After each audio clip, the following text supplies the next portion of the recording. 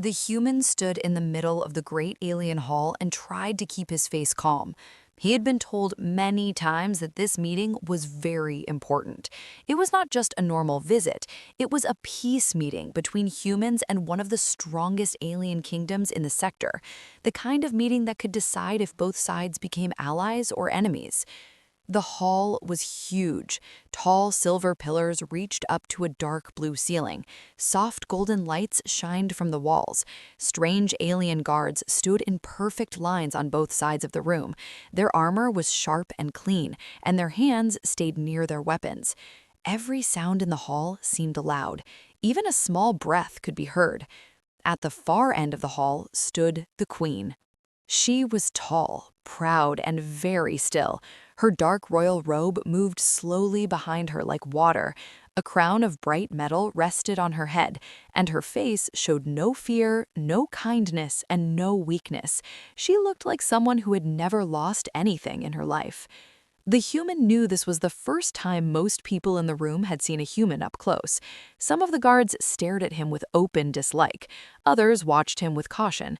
He understood why. Humans were new here. They were smaller than many of the aliens, but they had already earned a strange reputation. Some called them stubborn. Some called them dangerous in ways that made no sense. Some called them brave in ways that made no sense. The queen began to walk down the long royal platform to start the meeting. The human stood in his place and waited. He was ready to bow, speak, and act respectfully. He had practiced every word in his mind. This meeting had to go well. One mistake could ruin everything. The queen took one step, then another. She was almost at the center of the hall when something small happened. Her right foot slipped. At first, it looked like nothing, just a tiny mistake, but the floor edge caught her boot and her balance was lost. Her eyes widened for one brief second. The human saw it happen, but his body was too slow to react. The queen fell forward, straight into his lap. The entire hall froze. For one long second, no one moved. No one spoke. Not even the guards blinked. The queen, the most powerful alien ruler in the room, was now sitting awkwardly across the lap of a human diplomat, like she had dropped from the sky. The human felt his own heart stop. He did not know what to do. His training had never covered this. He wanted to stand, but the queen had not moved. She was still there, resting against him, looking very shocked, but also strangely alert. A low gasp moved through the hall like a wave. One of the guards took a step forward. Another one raised his weapon halfway. The human tried to stand carefully, but the queen's hand suddenly grabbed his arm with a sharp, hard grip. Her eyes met his. They were not angry. They were warning him. "Do not move," she said in a very low voice. The words were quiet, but they carried deep force. The human went still at once. The guards looked ready to attack. One of them shouted something in the alien tongue. Another guard turned his head toward the far side of the room. The human followed the queen's eyes and noticed something strange. One of the wall lights near the back was blinking very softly. It shouldn't have been blinking. The palace system was too perfect for that. The queen's fingers tightened on his arm. Then, in a voice so soft that only he could hear it, she whispered, "Someone in this room wants me dead." The human's blood turned cold. He stayed still, trying not to breathe too hard. His mind moved fast. This was no accident. The queen had not simply fallen. She had fallen at the exact wrong time, in the exact wrong place, in front of the exact wrong people. If this was an attack, then the fall had likely saved her life.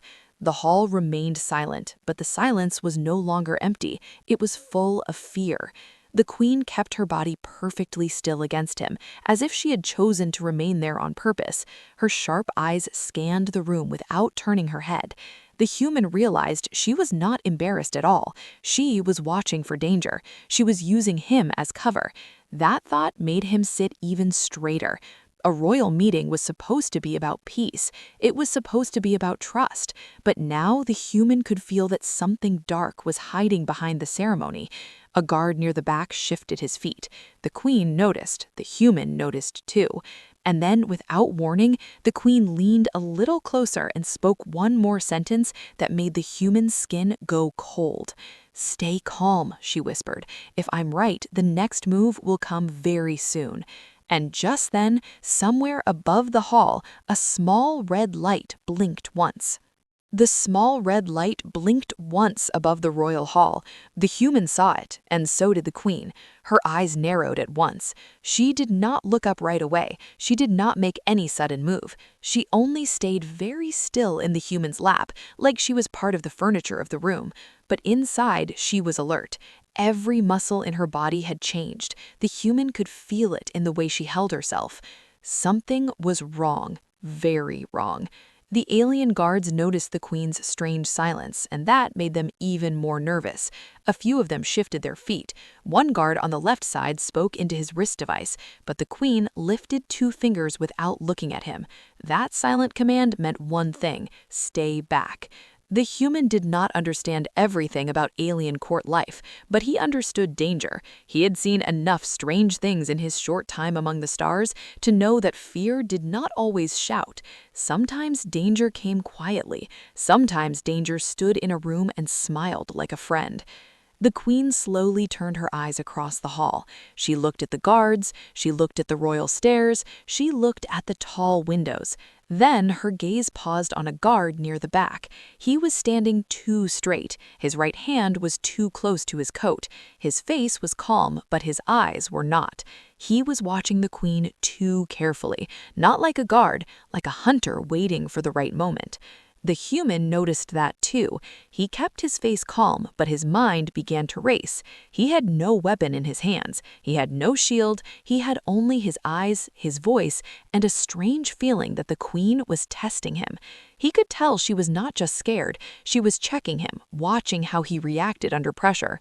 Most beings would have panicked by now. Most would have screamed, pushed her away, or tried to run. But the human stayed still. He did exactly what she told him. The queen noticed that. For the first time, a small sign of respect showed in her eyes. The hall remained silent, but the silence was breaking apart. The guards were waiting for orders. The royal staff at the side of the room were trying not to look nervous. The diplomats from the human side stood frozen near the back wall, unsure if they should move. The whole meeting had become a strange picture of fear and control. Then the queen spoke, but only in a low voice that the human could hear. "Do not move your head too fast," she said. "Look left, then down. Tell me what you see." The human obeyed. He moved his eyes first to the left side of the hall. There, near a marble pillar, he saw a broken piece of metal on the floor. It was too small to matter to most people, but it caught a faint light in a strange way. It looked fresh, like it had fallen only moments before. Then he looked down. That's when he saw it, a tiny red mark on the polished floor. It was faint, almost invisible, but it was there, a targeting beam. His chest tightened. He did not speak at once. He only breathed slowly and said in a very soft voice, "There is a line of light on the floor near the back. It's small." The queen's eyes sharpened. She had already known, but now she had proof. The human was not imagining things. He was seeing what she saw. That made him more useful than any frightened noble in the room. She had expected confusion. Instead, she found a calm mind. That made her even more careful. The queen kept her body against him as if she were still trapped in the fall. But now the human understood something more. She was not using him just as cover. She was also making herself look weak to the real threat. It was a smart move, a very royal move. The human almost admired it if the situation had not been so dangerous. Then he heard a sound, a soft click. It came from somewhere high above the hall. His eyes flicked upward for only a second, and that was enough. He saw it. On the balcony above the main chamber, behind a dark support beam, a shadow moved quickly. Just a shadow, just a hint of motion, but it was enough. The sniper was not on the floor. He was above them. The human's pulse jumped. He looked back at the queen and saw that she had seen it too. Her jaw tightened just slightly. She knew exactly where the danger was now. The queen leaned closer and spoke into his ear. "If I stand, he fires," she whispered. "If I stay, he waits." The human swallowed hard. He understood the trap now. The attacker had planned this carefully. The fall had forced the queen into the worst possible position. If she moved too fast, she would be an easy target. If she stayed too long, the guards might assume the human was holding her against her will. A perfect plan. A cruel plan. The human slowly moved one hand, pretending it was only to steady himself, but really he was pointing slightly toward the upper balcony without making it obvious. The queen saw the signal. She gave the smallest possible nod. Then, with a voice that suddenly sounded cold and powerful, she said, "All guards remain where you are." The room stiffened. The attacker above must have realized something had changed, because the red light blinked again. This time it stayed on the queen's chest for a fraction of a second too long. The queen felt the human become even more still, and then from the upper balcony came the faint sound of a weapon charging. The queen's fingers dug into the human's arm. Ethan Carter woke up to bright light. He was not in the spaceport anymore. He was inside a white chamber with smooth walls. The air smelled like clean metal and cold rain. The floor had no dust, no marks, no escape route. A ring of blue light floated in the middle of the room, like a small planet. Ethan's wrists felt heavy, but he could still move his arms. Two drones hovered near him, silent now. Their lights were off, but he could feel they were still watching. Behind a glass panel, Ethan saw shapes made from light and shadow. They were not people standing in a room. They looked like people made from holograms. A calm voice filled the chamber. Bond chamber online. Partner screening started. Ethan swallowed. "Where is Lyra?" he asked. No one answered right away. Then a new voice spoke, deeper and colder. "Human Ethan Carter, you are late to cooperate." A figure appeared on the glass panel. It was a judge. The judge wore a long cloak that changed color like oil in water. The judge's eyes were sharp. "You were selected as a partner key. You are required to accept the bond protocol." Ethan tried to sit straighter. "I did not choose this," he said. "Only came because the pulse was real." The judge's face did not change. "The pulse is always real. Your feelings are irrelevant." Ethan felt anger rise fast. "So you want me to marry her because you need a shield? That's it." The judge raised a hand. The glass panel darkened for a moment. Then Ethan saw Lyra. She appeared in a separate section of the chamber, behind a locked barrier of floating lines. Her wrists were held by small rings, glowing weakly. Her face looked tired, like she had been arguing for too long. Ethan shouted, "Lyra!" Lyra looked at him. Her eyes were full of worry. She tried to speak, but the system muted her voice. The judge continued. "Lyra is accused of court breach. She used a human key without full authorization." Ethan's mouth went dry. "You're blaming her?" The judge turned slightly, like. The answer was simple.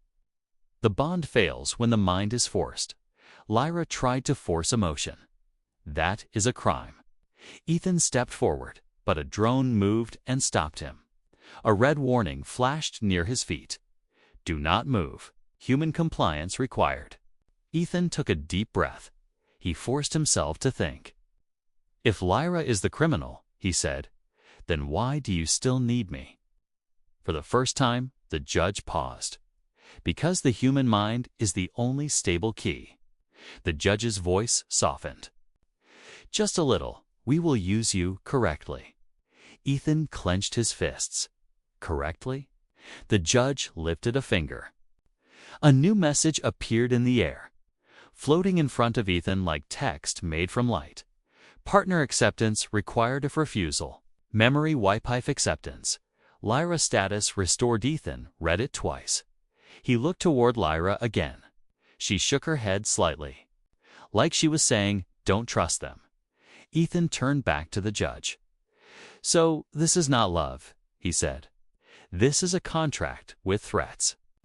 The judge answered with cold honesty. "Love is an old story."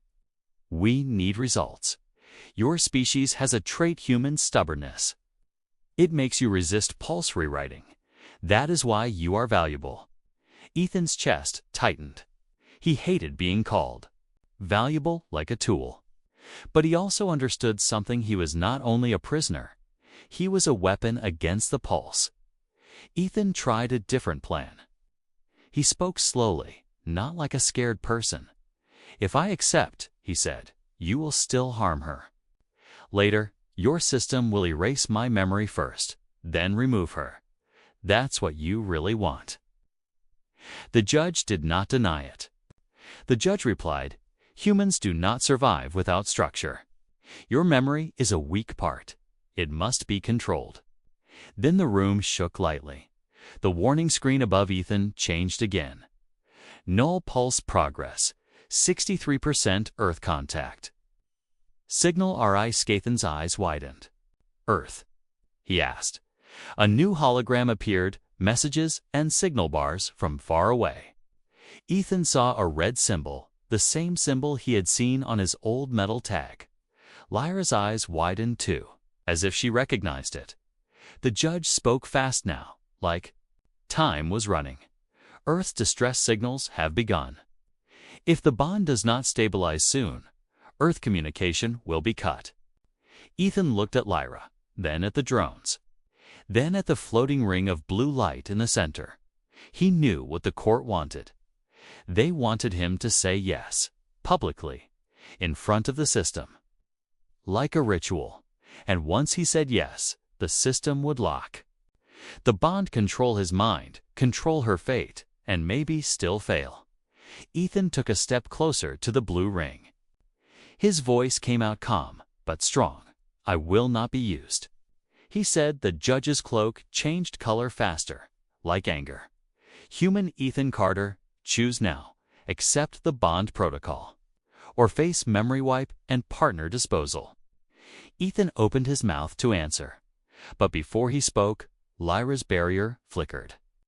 A strange sound filled the chamber, like a heartbeat mixed with static. Ethan saw Lyra's ringband light up for 1 second. Then her eyes met his, and she mouthed one sentence without sound. "Say it different." Ethan froze, confused. The system waited.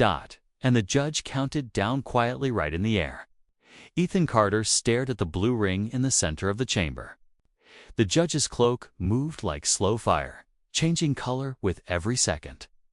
Above them, a countdown appeared in floating light. 3, 2. Ethan's mind moved fast, could feel the danger in the air, like the chamber itself was holding its breath. He could also feel Lyra's fear behind her barrier. She looked at him like she was asking one thing: "Don't say what they want." Ethan remembered her mouthed words: "Say it different." He turned his head slightly toward Lyra. Her lips formed another silent message, almost a whisper. "Choose me as a person, not as a contract." Ethan understood.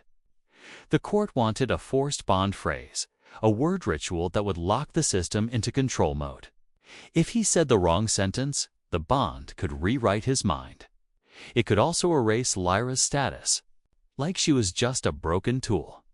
Ethan looked back at the ring and the judge. When the countdown reached 1, Ethan spoke, but he did not use the exact words Lyra had told him before. He used a different tone, a different meaning, like he was breaking the pattern. "I will not be controlled," Ethan said clearly. "I accept you as a choice, as an order." For a moment, nothing happened. The blue ring flickered. The judge's face stayed calm, but Ethan saw a slight change in the judge's eyes, like the system hated surprises. Then the chamber voice spoke again, sharper than before. "Bond. Protocol phrase mismatch. Human mind resistance detected." The drones around Ethan powered up. Their lights turned white and bright, ready to force compliance. Ethan did not panic. He took one small step forward, like he was walking toward a door, not toward death. He reached down toward the floor area near his shoes. The judge watched him closely. "Do not attempt interference." Ethan answered, "I'm not interfering with you." He looked down and pulled something out from his pocket. A small metal tag, old, scratched, and very plain. The same symbol Ethan had seen on the hospital. Notice back on Earth. Lyra's eyes widened. She seemed shocked, like she did not expect him to still have it. Ethan held the tag up. "This symbol," he said, "is not just in my past. It is a key. But not the key you think." The judge blinked once. "Explain." Ethan swallowed and spoke the truth he had been too scared to say. "When I was a kid, my father kept this tag. He said it was for emergencies. I thought it was a personal memory." Ethan looked at the ring. But maybe it was a warning. For humans, the chamber system scanned the tag instantly. Ethan heard a sound like metal clicking inside the walls. The floating screen showed new words. "Non-court key detected. Earth distress link confirmed." Ethan felt hope rise, but he didn't let it make him slow. He moved the tag toward the ring. The drones tried to block him, but the chamber sensors began to fight the drones, like the system itself was. Confused, the judge's voice turned angry. "You are risking failure." Ethan looked up, calm and stubborn. "Yes, because your failure is built on threats." Lyra's barrier flickered. The drones near her suddenly lost power for a second. Ethan saw her wrists lighten. The judge panicked for the first time. Lyra must be reset. Ethan turned and pointed at the judge's glass panel. "No," he said. "If Lyra is a partner key, then you cannot erase her just because you feel in control." The judge spoke fast, like trying to win time. "Humans require structure. Resistance will break the bond." Ethan shook his head. "Humans also learn. We choose, we protect." He said it like a promise, not like a speech. Lyra's barrier unlocked slightly. A small line of light appeared, like a door that was almost opened. Lyra used that tiny space to send one last message to Ethan without sound. "Now, fix the link." Ethan ran his eyes across the chamber controls. He saw a panel near the blue ring, simple icons, easy patterns, like it was designed for quick emergencies. He remembered his bag might be taken, but he still had his basic tools. A small wiring strip and a portable signal jammer, the kind he used in travel repairs. He jammed the ring's bond lock input with the wiring strip. Not to destroy it, but to change the signal route.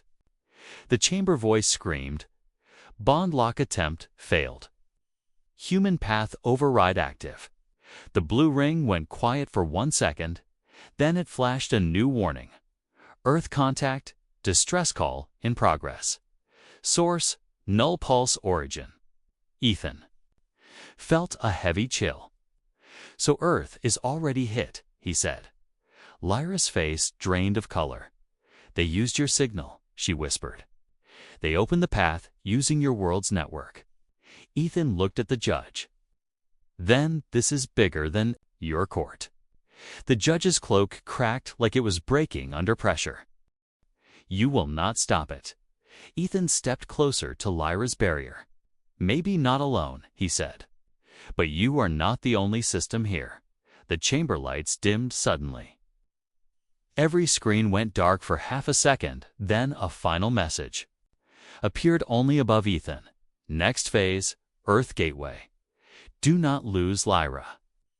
Lyra grabbed Ethan's hand through the barrier gap just as the drones started repowering again. Ethan looked at her, eyes wide. "They're sending the link to Earth next." Lyra nodded, scared and determined. "And if the bond resets now, we may both be trapped." The judge laughed once, cold and short. "Welcome to the real test, human." Ethan's heart pounded. As the chamber began to open a portal toward Earth, the chamber door did not open like a normal door. It opened like a wound in the air. A bright portal formed in the center of the room. The light inside was not only white, It had blue and gray waves, like fog mixed with electricity. Ethan Carter could feel a strange pressure on his eyes, like the portal was pulling his thoughts. Above the portal, a message appeared in simple words: Earth's gateway, link transfer required. Bond reset, possible. Keep Lyra stable or both keys will fail. Lyra stood close to Ethan. Her barrier was still up, but it looked weaker now, like the system was tired or confused. Her hands trembled slightly, and Ethan noticed something. Knew she was not only afraid for herself, she was afraid for him. Ethan spoke quietly. What does keep Lyra stable mean? Lyra swallowed. It means the system will try to erase one of us first. It chooses the weaker link. Ethan frowned. So, it will erase you. Lyra shook her head. Maybe, or maybe it will erase you. The judge said structure is important for humans. That means they may think the human mind breaks easier. The portal light flickered. Then the judge's voice filled the chamber again. Calm like a machine that never worries. Human Ethan Carter, you have one chance to stabilize the bond. Accept the bond protocol inside the gateway. If acceptance fails, memory wipe will begin instantly. Ethan looked at the judge through the glass panel, even though the judge's face was now darker. Like anger had burned it. Lyra whispered, do not accept the forced script. If the court locks the bond the wrong way, it will trap both worlds. Ethan stared at the portal. He could see faint images inside blurred shapes, like Earth screens covered in static. He heard a sound too low and distant, like a hospital. Room alarm far away. His mind made a quick connection. The warning from earlier was not just a threat. Earth was already under attack. Ethan asked Lyra if the bond is the key. Then why does it need to hurt someone? Lyra's eyes softened. But her fear stayed. Because their old protocol is built on control, she said. It treats love like a switch. If the switch fails, they use pain to correct it. Ethan clenched his fist. That is not love, he said. Lyra nodded. That is why they want you to speak the correct phrase. They want you to act like you are agreeing without choice. The portal brightened again, and the system message changed. One life must stay outside the portal. If both enter, key collapse will occur. Ethan blinked hard. One life. Lyra's face tightened. This is the real rule. The bond ring can protect only one mind through the gateway. The other mind stays behind to anchor the link. Ethan looked around. Could see the drones powering up, but their lights were slow now, like their system was negotiating something. The judge's voice came again, sharper. Human, choose quickly. If you hesitate, Earth will lose the safe channel. Ethan understood what was happening. The judge wanted him to choose under pressure. If he picked wrong, Lyra would be lost or worse, both could be overwritten by the null pulse. Ethan looked at Lyra. What happens if Lyra stays out? Lyra answered honestly. Then Earth stays stable for communication. But my link may weaken. I may be unable to bring the bond back. Ethan looked at the portal again. And if Ethan stays out, Lyra's voice broke slightly. Then they can erase your mind after transfer. You may survive. But you may forget why you agreed. Ethan inhaled slowly. He wanted to be selfish for 1 second to run and save himself. But he couldn't. He thought about Earth, about alarms and people who didn't even know aliens existed. He stepped closer to Lyra and grabbed her hands gently, like he was holding something fragile but precious. Then no one will be erased, he said. Lyra stared at him. How Ethan pointed at the ring band in Lyra's hands. The ring is not only a lock, he said. It is also a promise device. The judge laughed from behind the glass. Promises cannot block null pulse, Ethan answered. Promises are human strength. Lyra shook her head, scared. If you say the wrong words, the system will still rewrite everything. Ethan nodded once. That is why he must choose differently, he said, meaning the judge. Not the court's words, real words. Lyra stared at him for a long moment, then slowly lifted her ring toward the portal. Her eyes looked wet, but her voice stayed clear. Ethan, she whispered, if we do this, we risk losing control. But we can save Earth. Ethan stepped forward. The portal light touched his skin. The chamber sensors started beeping like angry birds. Then the system flashed one final warning. Bond protocol override available. Limited. Say one sentence to anchor choice. The judge's voice thundered. Say the required phrase. Ethan looked at the portal, then at Lyra. He did not wait. He spoke one simple sentence. Slow and strong. I choose you, not the court. The portal shook hard. The judge's glass panel cracked with a sharp sound. A new message appeared. Bright and clean. Bond anchor locked. Earth's distress link. Stable. Memory wipe canceled. Lyra's barrier dropped completely. Ethan's head cleared like fog removed from a window. But right then, the portal sent one last image, something that made Ethan freeze. Inside the portal, the symbol on his old tag was changing, becoming a new symbol Ethan had never seen before. And the last line read, Next, Null Pulse has a new target. Ethan looked at Lyra and her face went pale. Who is the target? Ethan asked. Lyra whispered, maybe. Us. Maybe Earth too. The court didn't only want a key. The portal's light began to expand again, like it was opening a door to something bigger.